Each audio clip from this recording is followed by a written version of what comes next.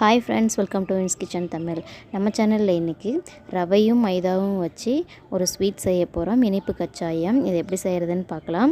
அதுக்கு முன்னாடி நான் இந்த தம்ப்நெயில்லையும் இந்த இமேஜ்லாம் என்னோடய தங்கச்சிக்கு வளைகாப்பப்போ நாங்கள் செஞ்சது.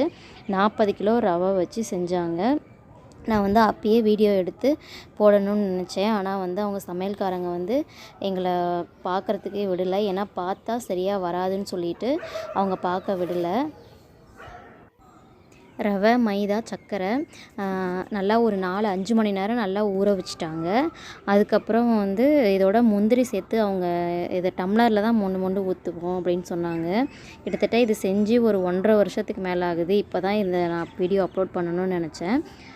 சரி, நம்ம இதே மாதிரி கொஞ்சமாக நம்ம வீட்டில் எப்படி செய்கிறதுன்னு பார்க்கலாம். இதுக்கு நான் 1 கப் அளவுக்கு மைதா எடுத்திருக்கேன். 1 கப் ரவைக்கு 1/2 கப் அளவுக்கு ரவை எடுத்திருக்கேன். நீங்கள் எந்த கப்பில் மைதா எடுக்கிறீங்களோ அதே கப்லேயே எல்லாமே அளவு எடுத்துக்கோங்க.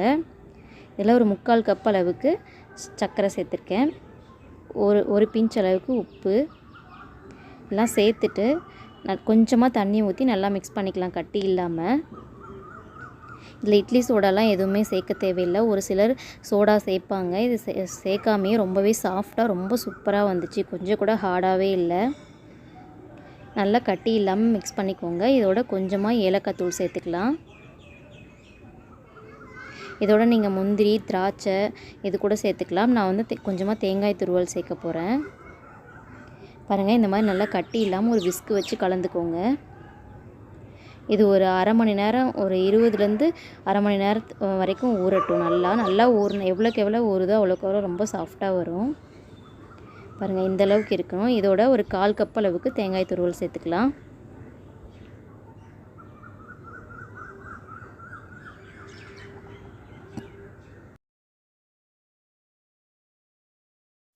இப்போ நம்ம பொரிக்க தேவையான அளவுக்கு எண்ணெய் ஊற்றி நல்லா சூடு பண்ணிடலாம்.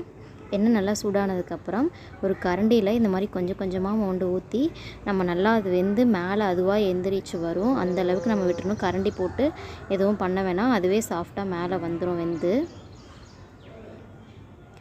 மேலே வரும்போது இந்த மாதிரி திருப்பி விடுங்க 2 பக்கமும். இது மாதிரி நம்ம 4-5 கூட ஊற்றலாம்.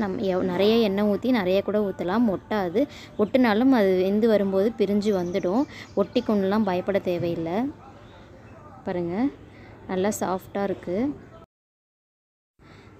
வீட்டில் இருக்க பொருட்களை வச்சு ரொம்பவே ஈஸியாக, ரொம்ப டேஸ்ட்டாக இந்த மாதிரி ஸ்நாக்ஸ் டைமில் நம்ம செஞ்சு கொடுக்கலாம். ரொம்ப நல்லா விரும்பி சாப்பிடுவாங்க. பாருங்கள், எவ்வளோ சாஃப்டாக இருக்குது. இது அடுத்த நாள் சாப்பிடும்போது இன்னுமே ரொம்ப நல்லாயிருக்கும். இது ஒரு 3 நாளைக்கு வரைக்கும் நல்லாயிருக்கும். கண்டிப்பாக இதை நீங்களும் ட்ரை பண்ணி பாருங்கள். இந்த வீடியோ உங்களுக்கு பிடிச்சிருந்தால் லைக் பண்ணி ஷேர் பண்ணுங்கள். மறக்காமல் சப்ஸ்கிரைப் பண்ணுங்கள்.